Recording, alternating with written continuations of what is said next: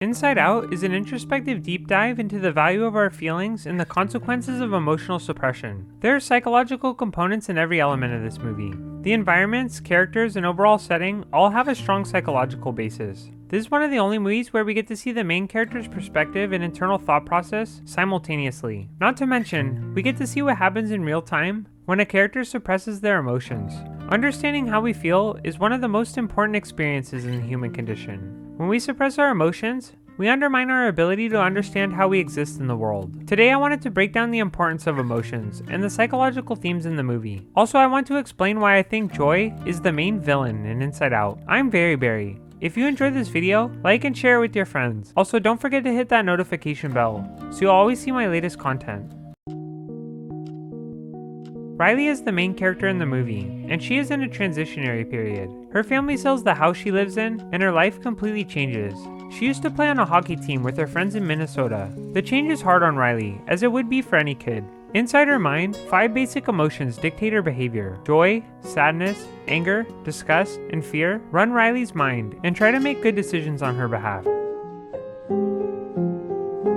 They use a control board to dictate how Riley will interact with the world. One day, sadness has an impulse to touch a core memory. Joy and sadness have a confrontation, and all the core memories get sucked through a transport tube. The two go to retrieve the memories, while the other characters try to keep Riley in check. They eventually meet Bing Bong, Riley's old imaginary friend. These three go through some crazy debacles while returning the core memories. In the meantime, things are falling apart in the control center. The lack of core memories starts to wear down Riley's mental state. She feels disconnected from the things she once loved. Anger, fear, and disgust decide to run away and go back to Minnesota. Riley's life has become too complicated, and they miss how easy things were in her previous home. They second guess themselves, but she's already on a steadfast path. Luckily, sadness stops Riley from running away. This causes her to break down and confide in her parents about her true feelings regarding the move.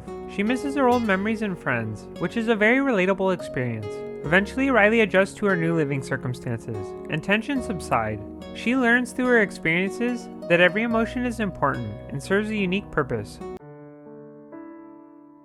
Now that we've broken down the plot, let's take a look at the psychological elements in the movie. Let's begin with the controllers of Riley's mind. The 5 emotions in the movie represent our 5 basic emotions. Anger, joy, fear, sadness, and disgust are universal feelings that serve as a baseline for how we engage with our environment. These basic emotions help us understand and interact with the world. We might feel joy when our child scores a home run, or experience sadness at the death of a relative. In Riley's case, her prevailing emotion is happiness. Joy is dominant throughout the movie, and constantly tries to assert herself over the other emotions. The poignant message in the film is that all 5 emotions serve a purpose, not just joy. In the movie, Bing Bong has a meltdown because Riley is forgetting him. Joy and sadness need his help to traverse Riley's mind, but our imaginary friend is incapable of moving on for the time being. Joy tries to comfort him, but to no avail. She doesn't know how to help Bing Bong because she doesn't usually experience negative feelings. However, sadness can help him because she can empathize with his pain. Joy matures through interacting with sadness. She recognizes that she's overbearing. Her constant control of Riley's emotions causes the conflict to begin with. Joy begins to realize that sadness has just as much value for Riley's growth as happiness. There can be lots of conflict with emotions when making a decision. One of the biggest factors that determines which emotion will succeed is the intensity of the emotion. There are several points in the movie where anger takes over the control board. We understand through this interaction that some of our emotions are so powerful they take over.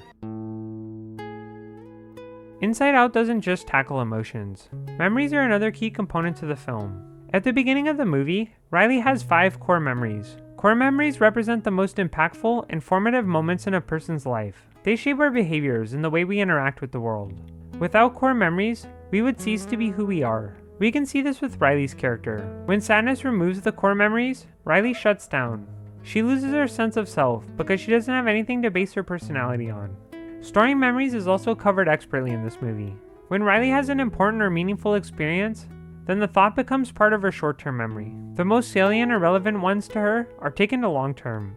This process is how memory storage works in the mind. Inside Out goes the extra mile by building a world around memories and experiences. The world itself is a living, breathing representation of psychology. When sadness and joy go into the transport tube, they end up in long-term memory. Here we can see all of Riley's stored memories. At one point, we get a hilarious bubblegum jingle.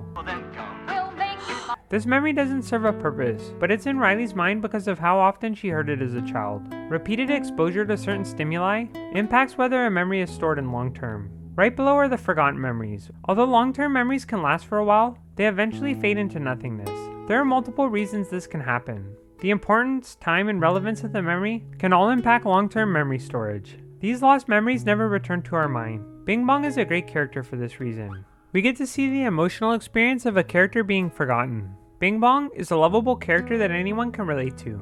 Almost everyone has had an imaginary best friend, and the crushing scene when Bing Bong accepts his fate embodies how an imaginary best friend might feel when forgotten: sadness. The final way this movie dissects memories is how Riley perceives her past experiences. Initially, Riley thinks of her memories using only one emotion.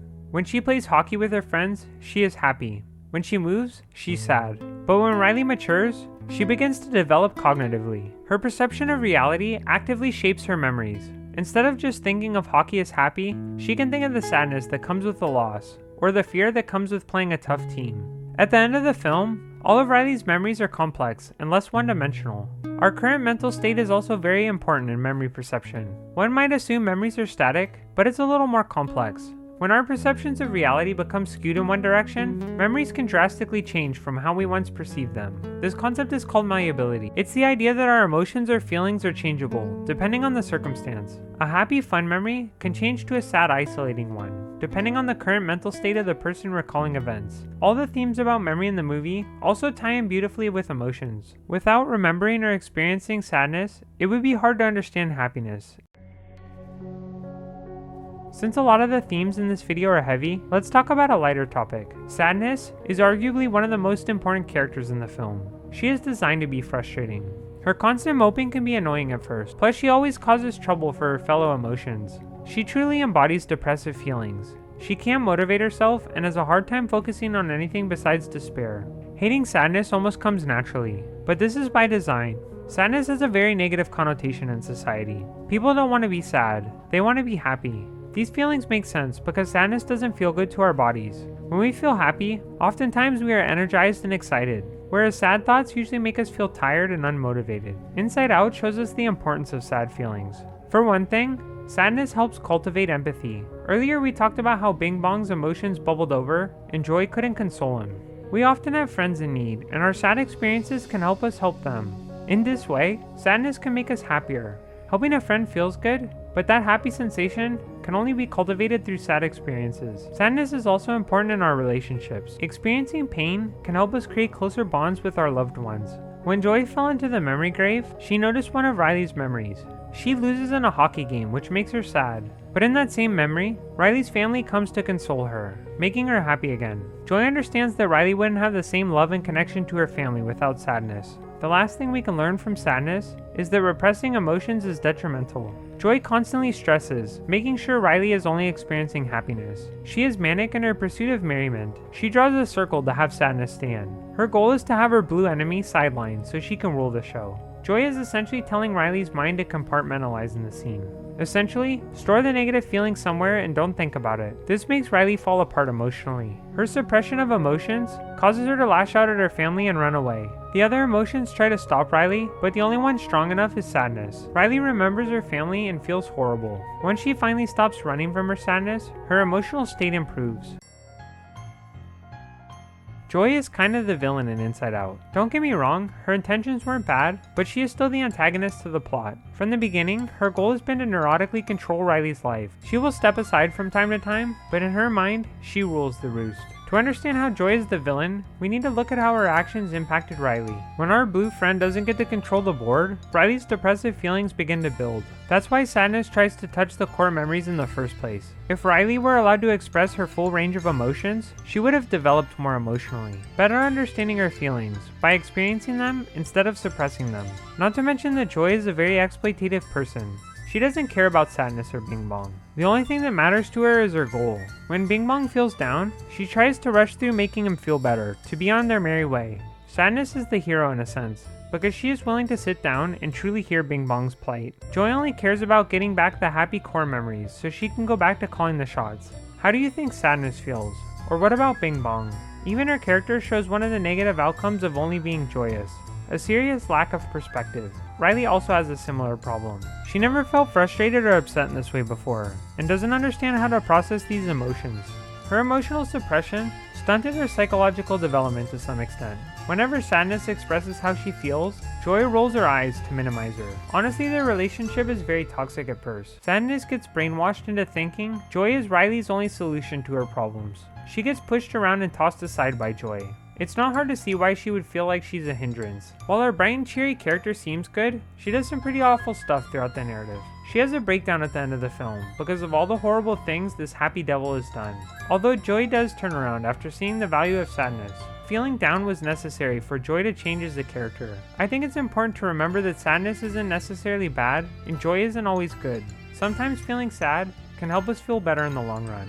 Joy doesn't equal happiness, it's only one component of it.